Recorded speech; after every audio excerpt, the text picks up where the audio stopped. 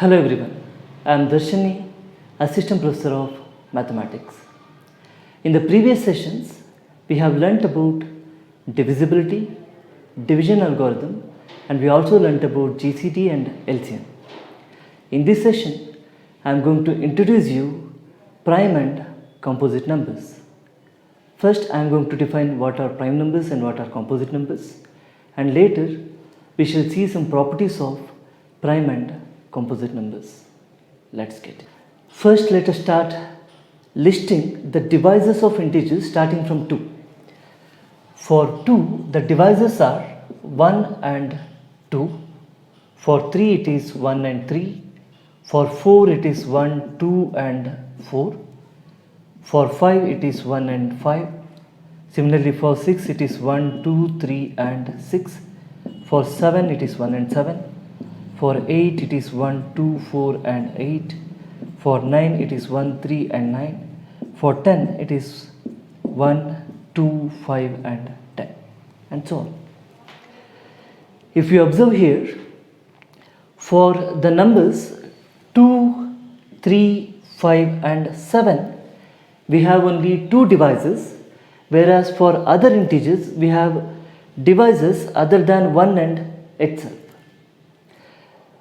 If I consider any integer n belongs to z, then 1 is always a divisor and n is always a divisor. We call them as trivial divisors. 1 and n are known as trivial divisors. If I have a divisor d dividing n such that d is strictly greater than 1 and strictly less than n, then we say that d is a non-trivial divisor. D is a non-trivial divisor. Here 2, 3, 5, 7 has no non-trivial divisors, whereas other integers has non-trivial divisors. Such numbers are known as prime numbers. The integers which has non-trivial divisors are known as composite numbers. Let us define it formally. An integer p greater than 1 is said to be a prime number if the only divisors of p are 1 and p itself. Example 2, 3, 5, 7, 11, 13, 17, 19, 23, 29, 31 and so on. An integer n greater than 1 which is not a prime number is called as composite number. Example 4, 6, 8, 9, 10, 12, 15 and so on. As I explained earlier, prime number has only trivial divisors, composite number has non-trivial divisors. The major difference between a prime number and a composite number is prime number has only trivial factorization, whereas the composite number has a non-trivial factorization.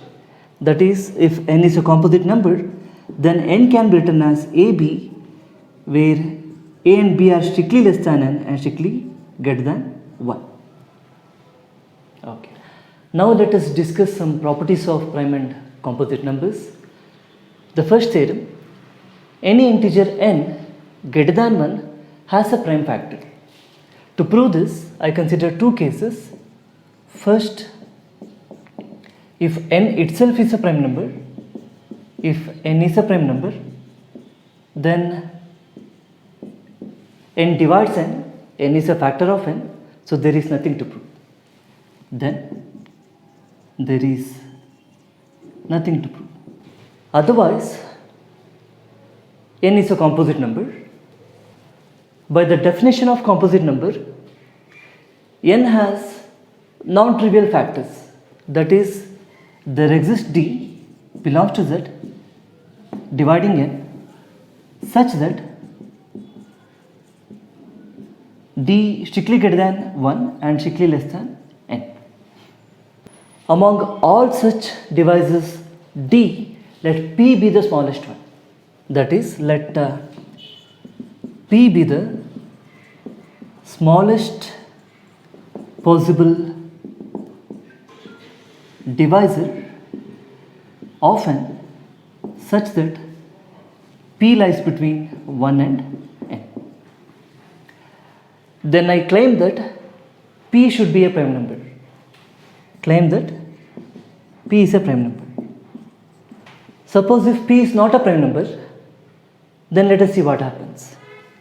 Suppose P is not a prime number, then it has a non-trivial factor. So there exists P1 belongs to Z such that P1 divides P and 1 strictly less than P1 strictly less than P. Now here I have P is a divisor of N. P1 divides P. Since P1 divides P and P is a divisor of N, so P divides N. Hence, by the property of divisibility, P1 divides P, P divides N implies that P1 divides N. P1 divides N, which is a contradiction. Because we have chosen P as the smallest possible divisor of N, which is greater than 1 and less than N. Here I am getting a P1 which is greater than 1 but less than P. Dividing N is a contradiction to the choice of P. So this is a contradiction to the choice of P. And therefore, our assumption is wrong. P should be a prime number. Therefore, P is a prime number. Okay.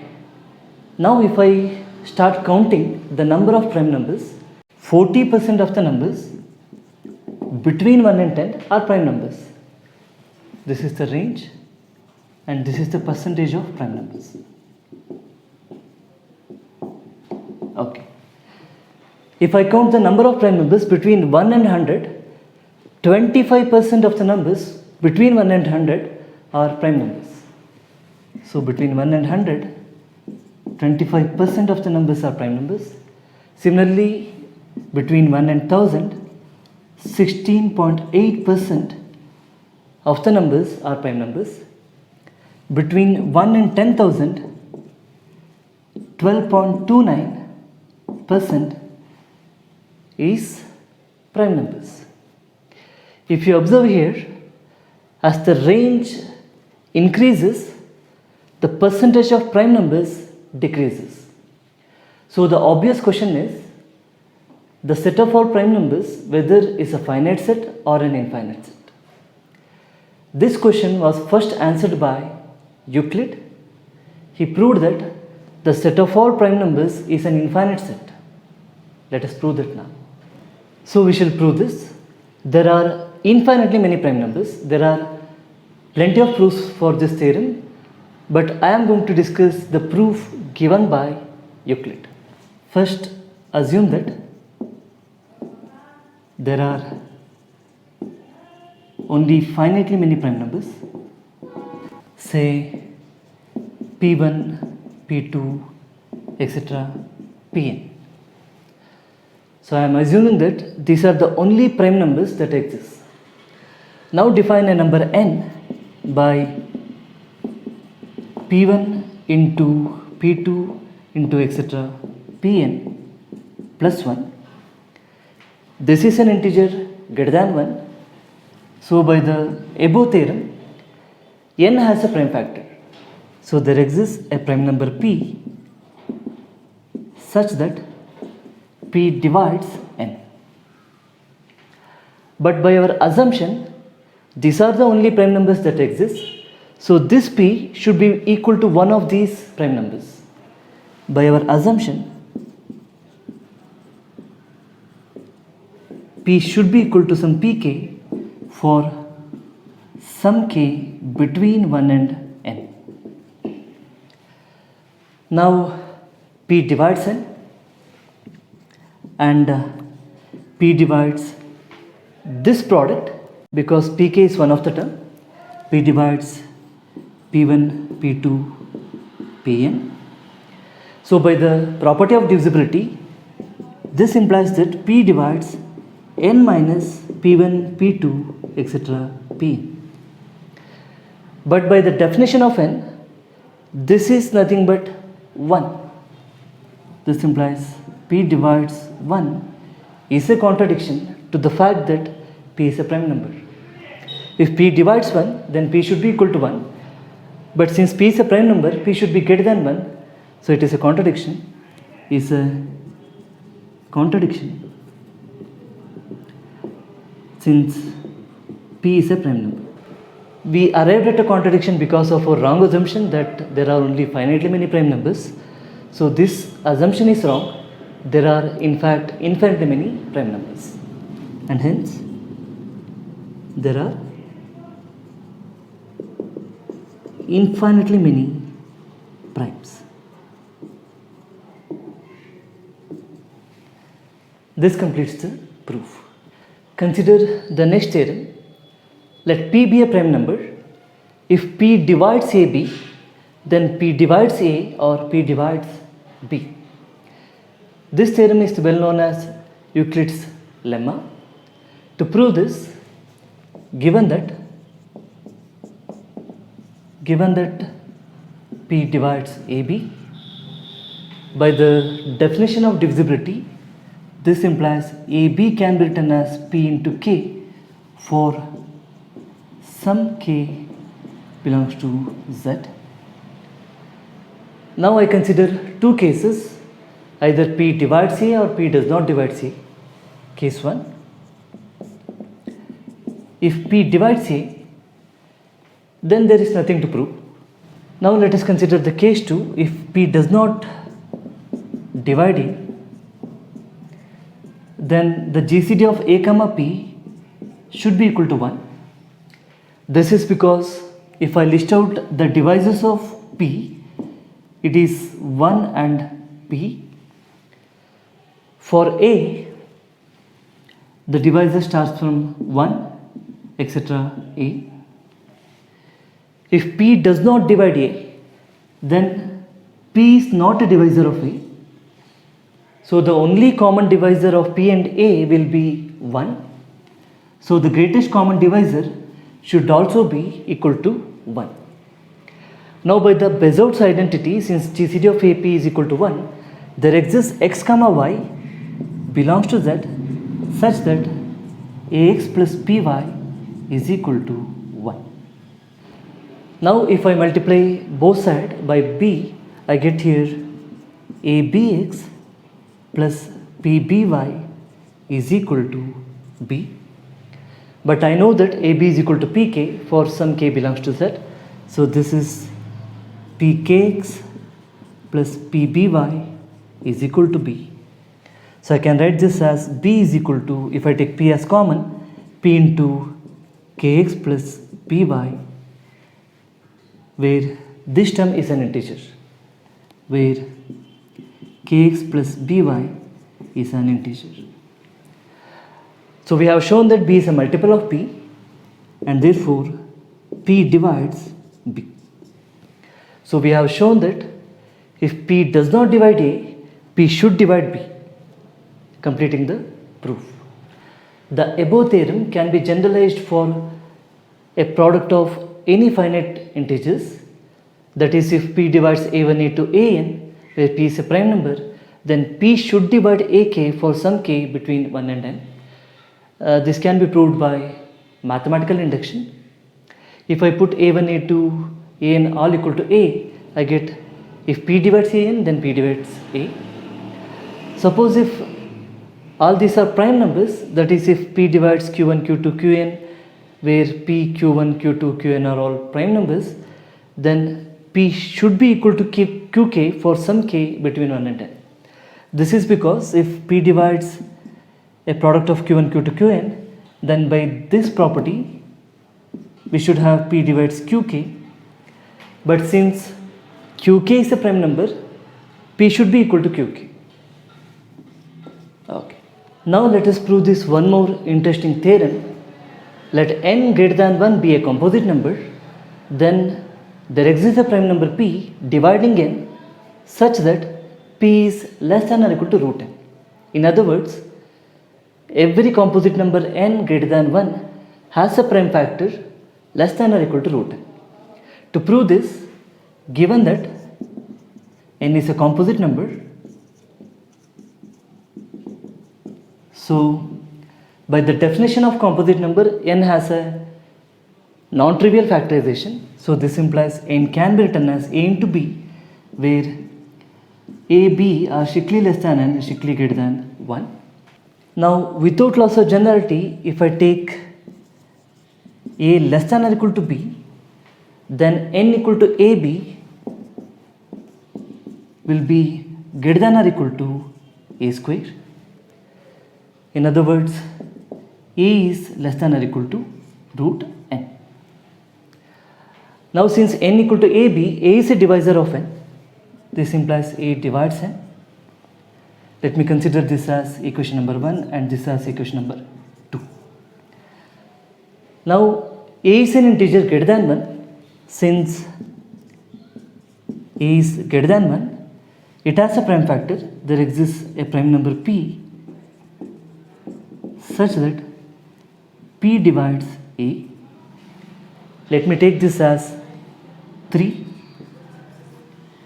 Since p is a divisor of a, p should be less than or equal to a. That is, p less than or equal to a. Let me consider this as 4. Now if I combine 1 and 3 by the transitive law of divisibility, since p divides a and a divides n implies that p divides n. So from 1 and 3 I have p divides n. Also by 2 and 4, since p is less than or equal to a, where a is less than or equal to root n, p is less than or equal to root n. Also from 2 and 4, p is less than or equal to root n. So I found a prime factor of n which is less than or equal to root n. This completes the proof. Using this theorem, we can check whether a given number is a prime number or not.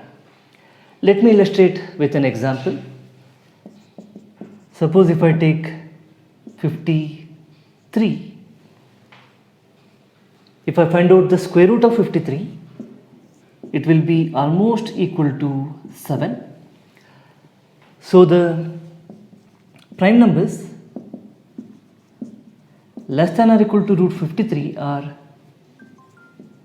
2, 3, 5 and 7.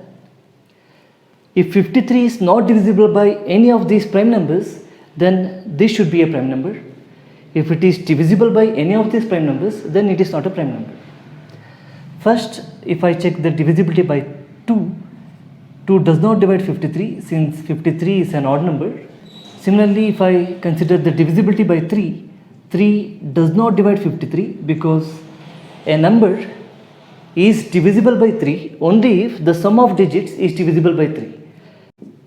And if I find out the divisibility by 5, 5 does not divide 53 and clearly 7 does not divide 53 and therefore 53 is a prime number. Now let me consider one more example. If I consider 509, the square root of 509 is almost equal to 23. So the prime numbers less than or equal to 23 are the prime numbers less than or equal to 23 are 2, 3, 5, 7, 11, 13, 17, 19. Again, I am going to check the divisibility by 2, 3, 5, 7, 11, 13, 15, 17 and 19. Since it is an odd number, 2 does not divide 509. If I find out the sum of digits, I get 5 plus 9 equal to 14, which is not divisible by 3. Therefore, this number is not divisible by 3. Next, here I have 9 in the unit place. So 5 does not divide 509. Now to check the divisibility by 7, 509, I find out 50 plus 9 into 5. I get here 50 plus 45, which is equal to 95, which is not a multiple of 7. Therefore, 7 does not divide 509. Now to check the divisibility by 11, I am going to find out the sum of alternate digits. I get here 14, this is 14, the sum of this is 0, the difference I get is 14, which is not a multiple of 11, therefore 11 does not divide 509. Similarly, I can check that 13 does not divide 509, 17 does not divide 509, and 19 does not divide 509, and therefore this is a prime number. Therefore 509 is a prime number. Okay. Using this property, the famous mathematician Eratosthenes developed a method to find out all the prime numbers less than or equal to a given positive integer. I am going to explain this method by an example. Here I am going to find out the prime numbers less than or equal to 50.